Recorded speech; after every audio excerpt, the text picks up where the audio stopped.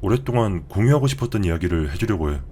나는 동유럽의 작은 시골 마을에서 나고 자랐어.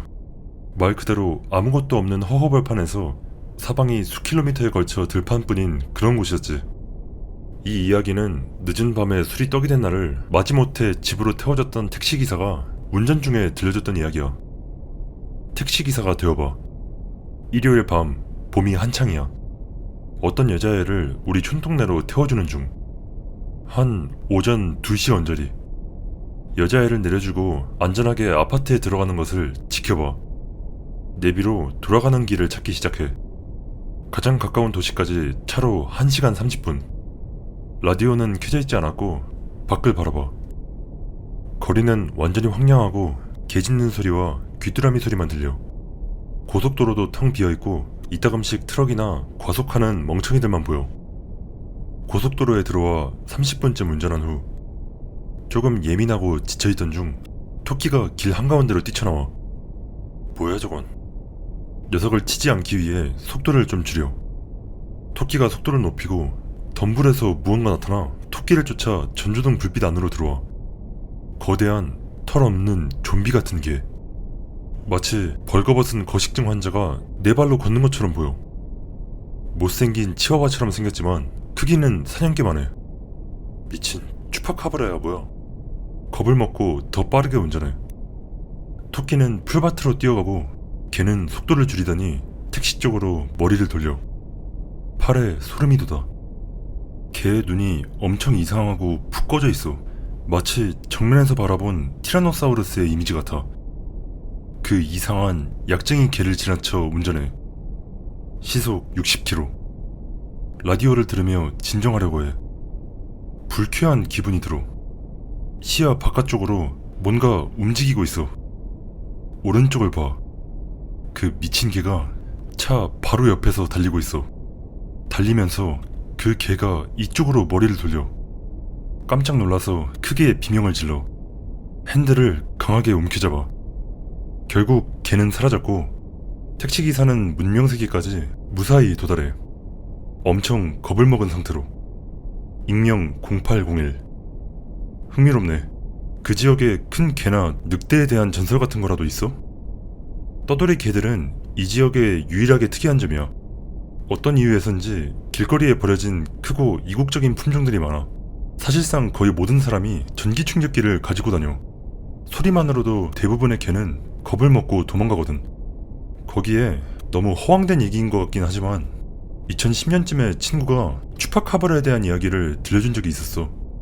그 추파카브라가 버려진 건설 현장을 돌아다니며 이 지역의 약쟁이들을 찢어 죽이고 다닌다면서. 그게 멕시코의 전설 같은 거라고는 상상도 못했었어. 사진으로 올린 건물은 지역 학교와 어린이집 사이에 있던 거야.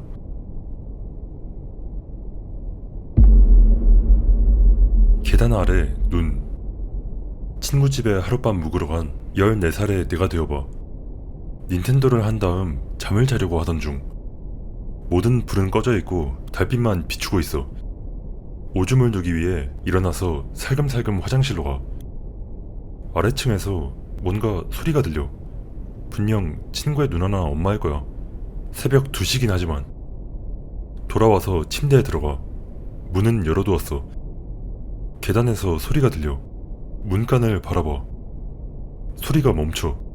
왜인진 모르겠는데 엄청 무서워져. 난간 사이로 보이는 계단에 시선을 고정해. 네 발로 기어 올라오는 사람의 상반신에 검은 실루엣이 매우 선명하게 보여. 완전히 겁에 질려. 움직일 수가 없어. 따끔거리는 느낌이 온몸에 걸쳐서 느껴져. 소리를 지르려고 했지만 너무 무서웠어. 간신히 세된 소리를 내. 도와주세요. 그 실루엣이 즉시 움직임을 멈춰. 더욱더 무서워져. 하도 뚫어져라 쳐다보느라 눈이 아프고 심장이 터질 것 같아. 방이 추워. 움직일 수 없어.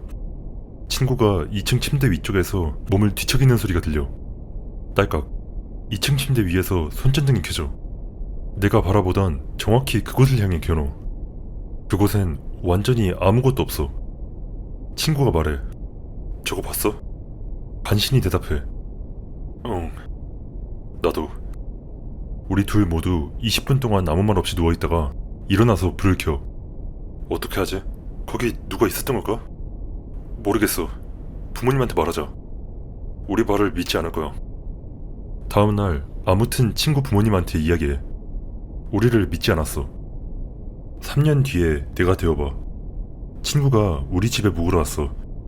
집 앞쪽 데크에 앉아. 주 도로에서부터 자갈길로 이어진 언덕 위의 집. 숲으로 둘러싸여 있어. 그날 봤던 계단 위의 그림자에 대해 이야기해. 친구가 말하길 그 후로도 몇 번 더 봤다고 해. 말도 안 되는 소리 하지 마. 우린 그냥 멍청한 애들이었을 뿐이야. 아니 진짜로. 집으로 통하는 길에 자갈이 움직이는 소리가 들려. 우리 둘 다 얼어붙은 채로 쳐다봐. 너무 어두워서 볼 수가 없어. 또다시 완벽하게 겁에 질려. 친구가 소매를 잡아. 저기 있어. 친구가 덤불 너머 자갈길의 중앙을 가리켜. 남자의 머리 실루엣이 덤불 바로 위로 보여. 사지가 마비될 정도의 공포. 친구가 내 팔을 더 강하게 잡아. 자갈길 아래 차도에서 자동차가 지나가. 헤드라이트 불빛이 그곳에 아무것도 없다는 걸 보여줘. 진정해. 우리가 잘못 봤나 보네. 친구를 봐. 공포에 찬 표정. 눈에 눈물이 고여있어.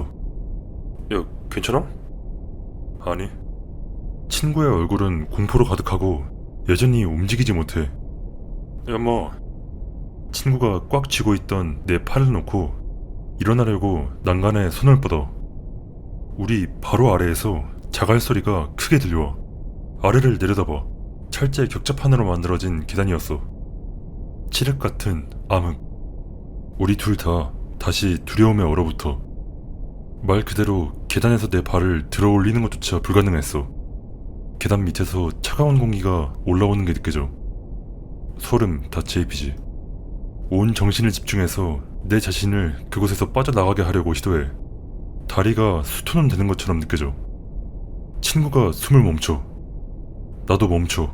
숨을 쉴 수가 없어. 우리 아래쪽에서 다시 자갈 소리가 들려.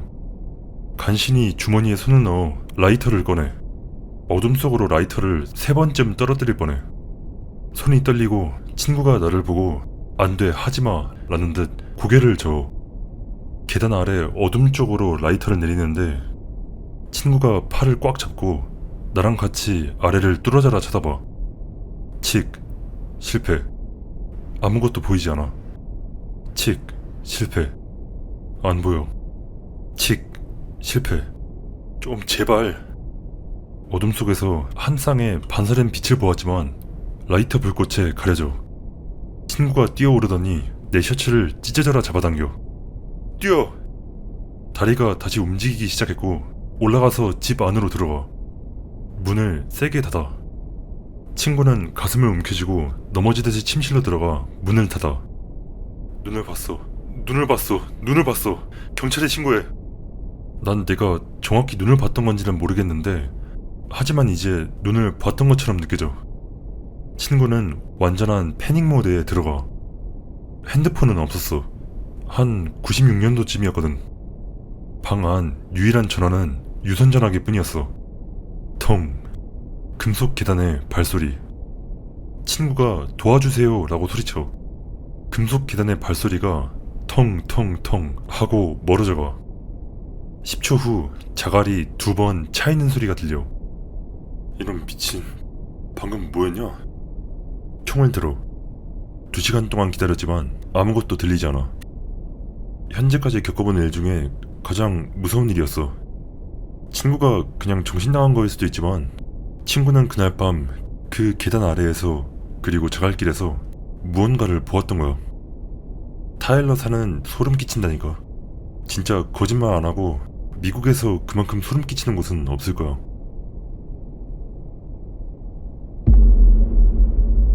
미군 수송부 안원. 10년 전 군복무 시절에 내가 되어봐. 중동에 파병됨. 병과는 군수. 내 업무 중 하나는 화물을 비행기에 싣기 전에 검사하는 거야. 사람들이 진짜 험비에다가 수리탄이니 크레모아니 싣고 타려고 하면서 왜 그게 잘못된 건지 이해하지도 못한다니까. 출근했는데 야간 투시경으로 가득 찬 12m짜리 트레일러를 검사했다는 이야기를 들어. 야투경으로 가득 찬 12m짜리 트레일러라니 이상하다고 생각하지만 신경 쓰지 않아. 난 그냥 내 할 일을 할 뿐인걸. 그리고 기지 반대편 탄약 보관소에 있대더라. 더 이상해. 왜냐하면 그 구역은 탄약과 폭발물을 보관하는 곳이거든. 다른 검사관과 함께 차를 몰고 그곳으로 가. 우리가 소위 사용자라고도 부르는 화물의 주인은 육군 특수부대였어. 그래, 그럼 야시경으로 가득 찬 12m짜리 트레일러가 어떤 면에서는 설명이 되네. 걔네들은 항상 온갖 이상한 것들을 옮겨댔으니까. 저울을 준비해 사용자에게 다시 오르게 한 다음 그 친구들이 특정 임무에 사용할 예정인 그것들의 무게를 재. 특수부대 친구들은 모든 절차가 끝났다고 생각해. 하지만 어림도 없지. 문서화되지 않은 위험물 같은 걸 옮기지 않는지 확인하기 위해 안을 살펴봐야 한다고 말해. 그 부대 지휘관인 소령은 절대 그럴 수 없다고 말해. 그럼 전 이 양식에 확인되었다고 설명할 수 없겠는데요? 방위 수송 규정에 의해 우리가 수송에 대한 최종 권한을 가지고 있었어. 이것을 피할 수 있는 유일한 방법은 수송지휘부에서 발행한 기밀 면제 서류라는 것을 사용하는 것인데, 걔들 중에 평생 규정을 읽어본 사람은 아무도 없었기 때문에 물론 가지고 있지 않았어. 그래서 한참 동안 실랑이를 벌였어. 네 지휘관 불러와라 어쩌고저쩌고 하면서. 결국 걔들은 굴복해. 이만한 화물이 걔네 조그만한 헬기에 실릴 리도 없으니 결국 내 사인이 필요했거든. 소령이 트레일러의 문을 열더니 들어오라고 해. 문을 여니까 그곳에는 방수포가 쳐져 있어. 만약 누군가 문을 연다면 바깥쪽에서 안을 들여다볼 수 없게 해놓은 거지. 소령과 함께 방수포 안으로 들어가자 소령은 즉시 나를 구석에 밀어붙이더니 비밀 유지 계약서에 사인을 해야 한다면서 뒤통수를 친다면 날 찾아낼 거라고 말해. 물론 그 사람도 이런 상황을 예측하지 못했기 때문에 그 계약서를 가지고 있진 않았어. 그래서 그냥 평범한 사람이었던 나는 겁이 났어. 이건 네 예상을 완전히 벗어나는 일이었지. 마침내 이 모든 것에 대해 예 알겠습니다라고 한 후 나는 살펴보았어. 그곳엔 6개의 용기가 있었어. 안에는 인간형의 무언가가 담겨 있었고, 모 영화에서 등장인물이 극저온 장치 같은데 굴러 들어가는 거 있잖아. 진짜 그렇게 생겼었어. 컴퓨터랑 각종 기기들이 이 용기들에 연결되어 있어. 용기의 안을 들여다볼 수 있는 창에 김이 서려가지고 안에 든 것을 제대로 볼 수는 없었어. 페르시아만 지역, 여름, 밤, 이꼬르, 정신나간 습도. 밖에 나가면 그 즉시 안경에 김이 서릴 정도였지. 내가 봐선 안 될 거 보았다는 걸 깨닫고 빠르게 통과되었다고 말한 다음 서명해야 할 문서에 서명해.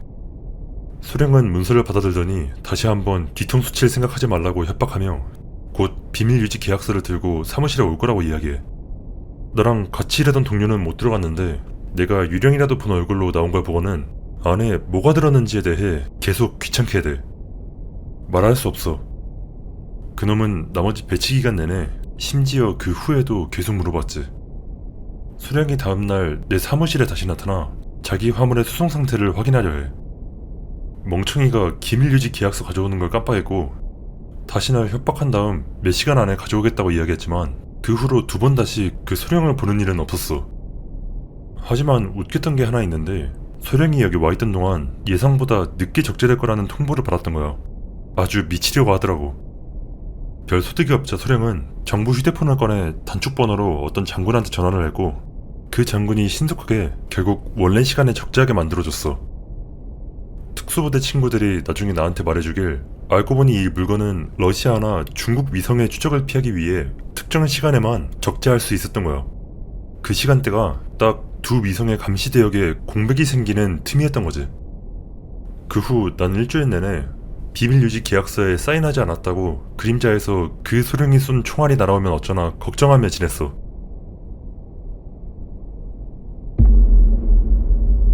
사라진 책가방. 중학생 시절의 내가 되어봐. 방금 학교에서 집에 돌아왔어. 엄마가 차로 데려다줬고 책가방을 분명히 등에 메고 있었지. 집에 와서 가방을 방에 넣은 다음 남은 하루 종일 비디오 게임을 해. 평범한 일들이었어. 다음날 아침 학교 갈 준비를 해. 도대체 내 가방이 어디 간 거야? 사방을 뒤져도 찾을 수 없어서 그냥 가방 없이 등교해. 그리고 짜잔, 어떻게 된 일인지 가방은 내 사물함에 있었던 거야. 아무 일도 없었던 것처럼 내가 가지고 있는 모든 물건이 그대로 들어있었어. 집에 가서 엄마, 형, 새아빠에게 가방 사건에 대해 말해. 전날 내가 가방을 가지고 집에 오는 걸 봤냐고 물어보니까 다들 봤다고 해. 가족 모두가 내가 가방을 메고 있던 걸 분명하게 기억하고 있었어. 가족들한테 분명히 집에 올 때 등에 메고 있었고 그걸 온 가족이 목격했는데도 그 가방이 어찌된 일인지 내 사물함에서 튀어나왔다고 이야기해줘. 어떻게 그리고 왜 그런 일이 일어났는지는 아무도 몰랐는데 하지만 우리 모두 내가 가방을 메고 집에 온 것을 분명히 기억하고 있었고 내 가방은 그날 집에서 사라졌다가 다시 내 사물함에 나타났던 거야. 난 이게 그 흔히 말하는 매트릭스에 버그가 난 종류의 일이었다고 확신하고 있어. 그런 비현실적인 일이 일어났다고 밖에 어떻게 이런 일이 일어났는가에 대한 논리적인 설명은 없어. 안타깝게도 난 우리가 사는 이 우주가 매트릭스인지 아닌지는 확인할 수 없지만 난 개인적으로 그렇다고 생각해. 이런 일이 왜 일어났는가에 대해서는 어떠한 이유도 없었다고 봐. 그냥 무작위적으로 일어난 정상적인 방법으로는 재현이 안 되는 기현상이었던 거지.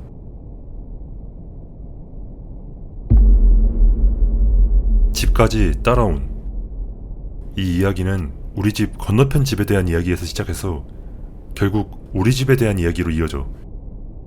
13, 14 혹은 15살의 내가 되어봐. 오래전 일이라 정확히 몇 살이었는지는 잘 기억나지 않아. 여전히 어린 시절부터 살던 집에서 살고 있고 불량한 친구들이랑 어울려. 담배를 피우는 등 비행을 일삼아. 길 건너편 집은 2층짜리 큰 집이었어. 내가 이 집에 산 이래로 수많은 가족들이 그 집으로 이사를 왔다가 나가길 반복했지만 이 동네에서는 그런 일이 드문 일은 아니었어. 마지막 가족은 얼마 전에 이사를 나갔어.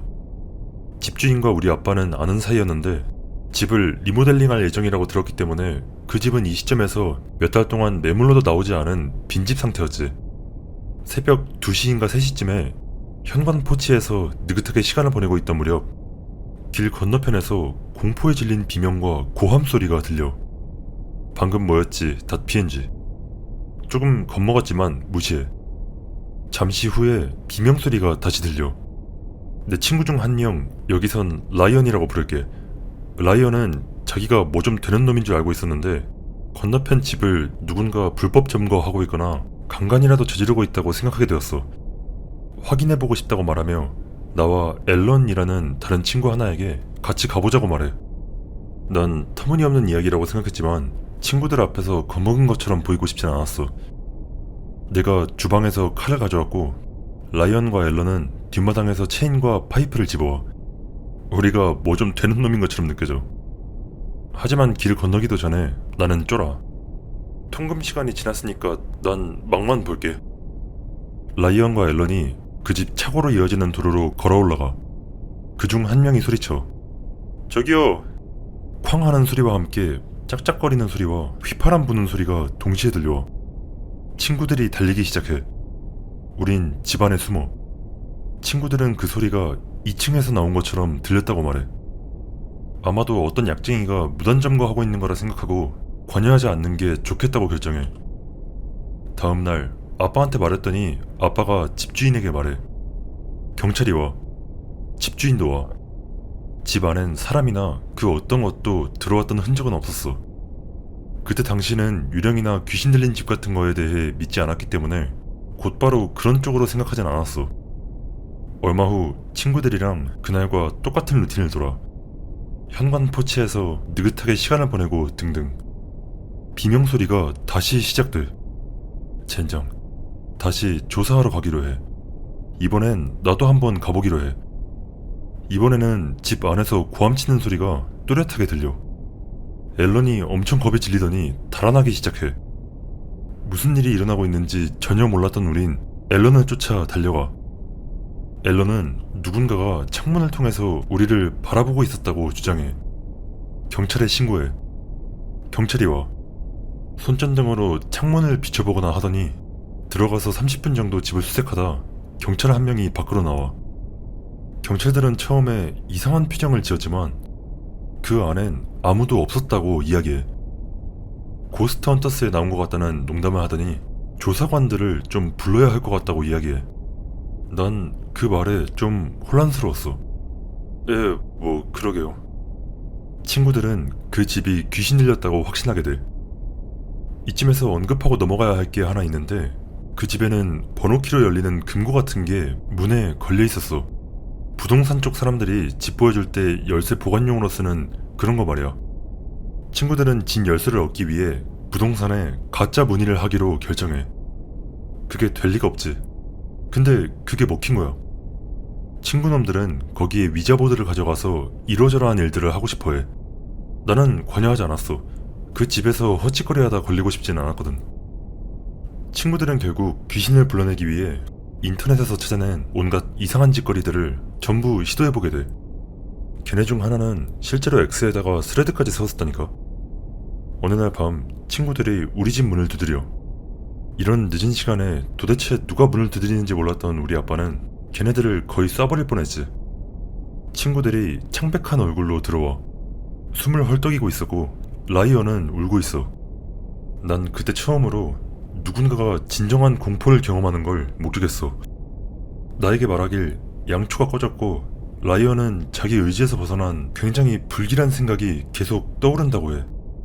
그 일이 있고 난 후로 3일 밤 연속으로 우리 집 화재 경보기가 한밤중에 울렸고, 셋째 날 밤 아빠가 경보기를 천장에서 뜯어낼 때까지 멈추지 않았어. 아빠가 화재 경보기를 교체해. 다시 울려. 이번엔 이산화탄소 경보기까지 함께 울렸고 경보기들을 무시하기로 결정해. 그리고 다음날 밤 아빠가 심장마비로 병원에 입원하게 돼. 아빠가 오늘날까지도 맹세하기를 그날 밤 침실에 누군가 있는 것을 분명하게 봤었다고 해. 거기에서 온 공포가 아빠를 심장마비에 걸리게 한 것이었어. 그 후 회복되긴 했지만 난 그 집 맞은편에 10년 넘게 살았고 거기에 살았던 여러 가족을 알고 있었던 데다 전에도 그 집에 가본 적이 있었지만 유령이 나온다는 것에 대해서는 들어본 적이 없었어. 사춘자가 넘어가니 사람들이 더 알고 싶어 하지 않는 한 여기까지 하도록 할게. 하지만 정말로 친구들이 그 멍청한 짓을 한 후로 진짜로 이상한 일들이 우리 집에서 시작되었다니까. 그 일이 정말 심해졌던 후로 난 초자연적 현상을 믿게 되었어. 하지만 정말로 나를 무섭게 만드는 건 오늘날까지 내가 경험했던 일을 제외하곤 유령이 다른 집으로 이사했다는 이야기는 들어본 적이 없다는 거야. 위자보드에 영혼이 들러붙는다는 이야기는 들어본 적 있지만 난 그거랑 연관되어 있지도 않았고, 그때 살던 집은 불이 나가지고 이사하게 되었지만 이거랑은 관련 없는 일이었다고 생각해. 내 이야기를 믿거나 더 자세한 내용과 경험, 그리고 그 일이 어떻게 심해졌는지 듣고 싶은 사람이 있다면 답글 남겨줘. 더 올려줄게. 다음 건 좀 짧게 쓸 거야. 내가 되어봐. 앞서 말했듯이 집이 불타기 약 1년 전. 거실에 앉아 비디오 게임을 하고 있어. 겨울이었고 히터가 고장나 있었기에 난 담요를 둘둘 두르고 있었지. 시선 바깥쪽 부엌 문간에 뭔가 보이는 것 같아. 그곳을 봤지만 아무것도 없어. 조금 불안해지기 시작해. 제 풀에 살짝 겁을 집어먹어. 또다시 시선 바깥쪽으로 무언가를 보고 그곳을 쳐다봐. 아무것도 없어. 못 해먹겠네. 난 방으로 간다. 컨트롤러를 떨어뜨려.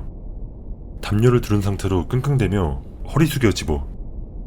뒤돌아서 올려놓고 게임 콘솔 전원을 끈 다음 내 방으로 올라가. 그게 보여. 문간 뒤에서 흐릿한 형체가 엿보고 있는 것 같아. 마치 누군가 숨어서 들여다보려는 것처럼. 난 그것을 뚫어져라 쳐다봐. 시선을 돌릴 수가 없어. 진정한 공포 .png. 숨이 안 쉬어져. 그 순간 갑자기 난 구토를 해. 거의 넘어질 뻔해. 담요를 다 벗어던지고 속옷만 입은 채 밖으로 달려나가 누군가에게 데리러 오라고 연락해. 거의 한 달 동안 그 집에서 잠을 자지 못했어. 첨부한 사진과 관련이 있어. 내가 찾을 수 있는 것 중에 저 사진이 그게 문간에서 쳐다보던 모양새와 가장 비슷한 사진이야.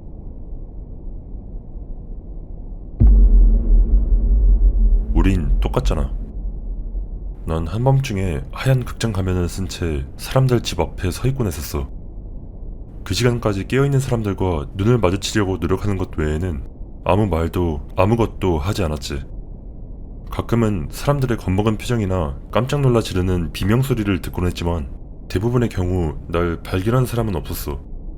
조심성이 중요했기 때문에 무작위적으로 날짜를 잡아 매번 다른 동네를 갔었지. 그런데 한 번은 어떤 남자가 나를 만나러 나오는 거야. 난 도망치려고 했는데 그 남자는 문을 열더니 그냥 거기 서서 내 눈을 바라보기만 했어.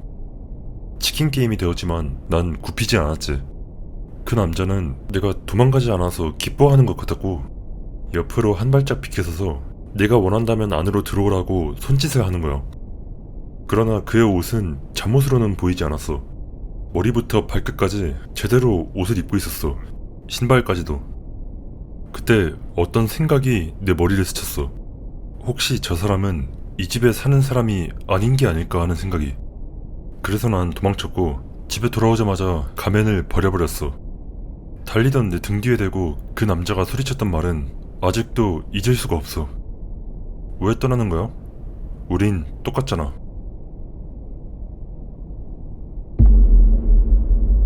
딜도 밴디토스. 최근 이사를 옴. 새 학교. 친구를 사귀어. 점심시간에 친구들과 어울려. 친구가 달려와. 야, 딜도 도적단이 또 쳐들어왔어. 딜 뭐? 모두 일어나서 라커로 달려가고 그곳엔 딜도가 강력본드로 붙어있었어. 그 라커는 내 거였어. 누구 라커일까? 불쌍한 놈. 뒷배가 좀 있는 놈이면 좋을 텐데. 그건 내 라커라고 설명해.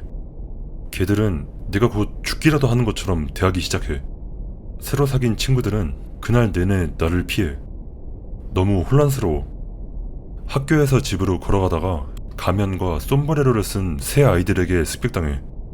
그놈들은 딜도로 나를 개패듯이 두들겨 패. 지금까지도 그 사건은 날 정말 혼란스럽고 불안하게 만들어.